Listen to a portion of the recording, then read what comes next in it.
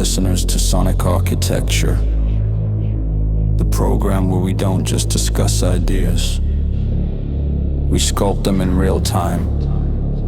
Tonight, we're embarking on a journey into the very fabric of perception, challenging the notion that sound is merely a carrier of information. Marshall McLuhan's famous dictum, "The medium is the message," suggested that the form of communication profoundly shapes its content. What if the medium is also the mind sculptor, actively altering our thoughts, our consciousness, as we engage with it?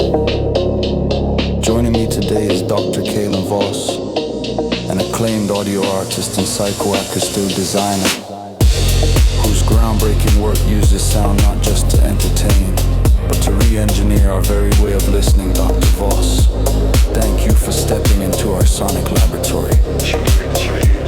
It's an absolute pleasure, a perfect resonance chamber for these experiences. Dr. Voss, your compositions are often described as immersive experiences rather than mere tracks. How do you design sound to directly influence a listener's cognitive state or emotional landscape?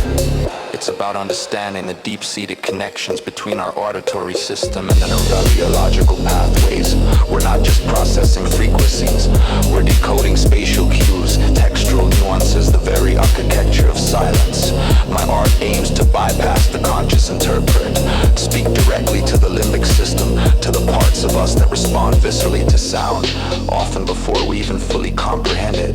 It's about creating sonic environments that invite, or even compel, a particular mode of being. So, you're suggesting the sound, its spatialization, its frequency envelope, its subtle modulations is as impactful as it's communicating in terms of lyrics or melody.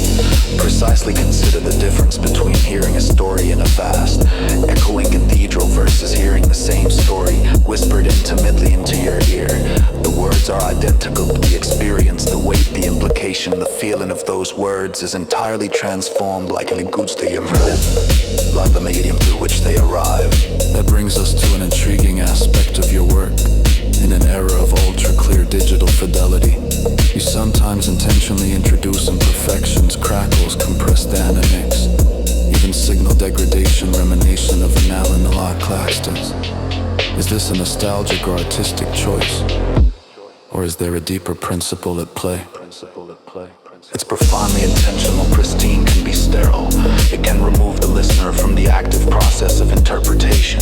Those sonic artifacts, that noise floor, they aren't merely imperfections. They are information. They provide context, a sense of lived history, a tactile texture. They demand active listening. The brain works harder to resolve the signal, and in that effort it becomes more deeply engaged, more invested in the medium itself. It's an invitation to co-create the experience, to transcend passive reception. Fascinating. The listener as an active participant overcoming the medium's challenges. Dr. Voss, this leads directly to a central question that underpins your entire artistic philosophy. If the way we listen changes the way we think, what does your art say about how sound structures consciousness?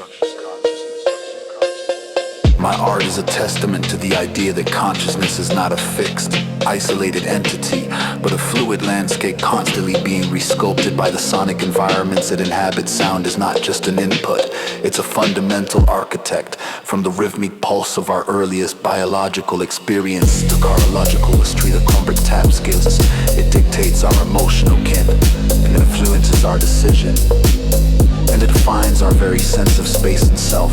My pieces are designed as sonic mirrors, reflecting these deep, often unconscious processes back to the listens, to reveal how sound doesn't merely color our reality, but actively constructs it, moment by moment. It's a continuous feedback loop where the medium is always restructuring the message of our very minds.